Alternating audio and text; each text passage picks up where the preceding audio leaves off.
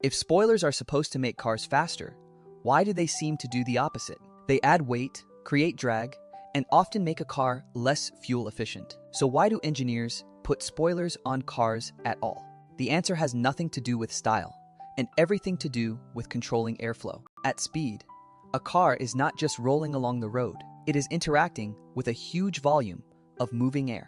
As air flows over the body of the car, it creates pressure differences that can either help or hurt stability. One of the biggest problems engineers face is lift.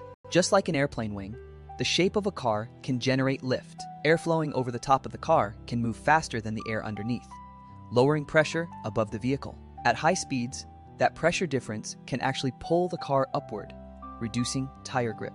Less grip means less control, especially when cornering or braking. A spoiler is designed to reduce that lift. Despite the name, it does not help the car fly. It spoils the smooth airflow that would otherwise create upward force. By interrupting the airflow at the rear of the car, a spoiler increases pressure on top of the vehicle and helps push it downward. Some spoilers go a step further and generate downforce. These act more like inverted wings. Instead of pushing air downward to lift the vehicle, they redirect air upward, so the reaction force pushes the car down toward the road. This downward force increases the normal force on the tires, which increases traction. More traction means better cornering, better braking, and better stability at high speeds. That is why spoilers are most effective on performance cars that regularly operate at highway speeds or above. At low speeds, the aerodynamic forces are small, which is why spoilers have little effect in city driving. There is a trade-off though. Downforce comes at the cost of drag.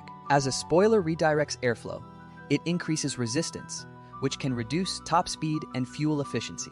Engineers have to carefully balance stability against efficiency when designing a spoiler. This is also why not all spoilers look the same. A subtle lip spoiler might mainly reduce lift and clean up airflow. A large wing on a race car is designed to generate significant downforce, even if it creates a lot of drag.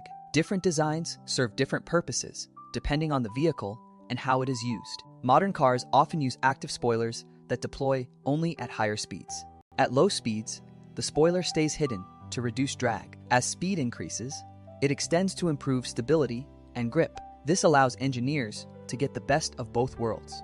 So spoilers exist not to make cars faster in a straight line, but to make them more controllable when it matters. They manage airflow, reduce lift, and increase traction at speed. It is another example of how moving air shapes the performance of vehicles on the ground, not just in the sky. And once you start seeing cars as aerodynamic systems, instead of just machines on wheels, spoilers suddenly make a lot more sense.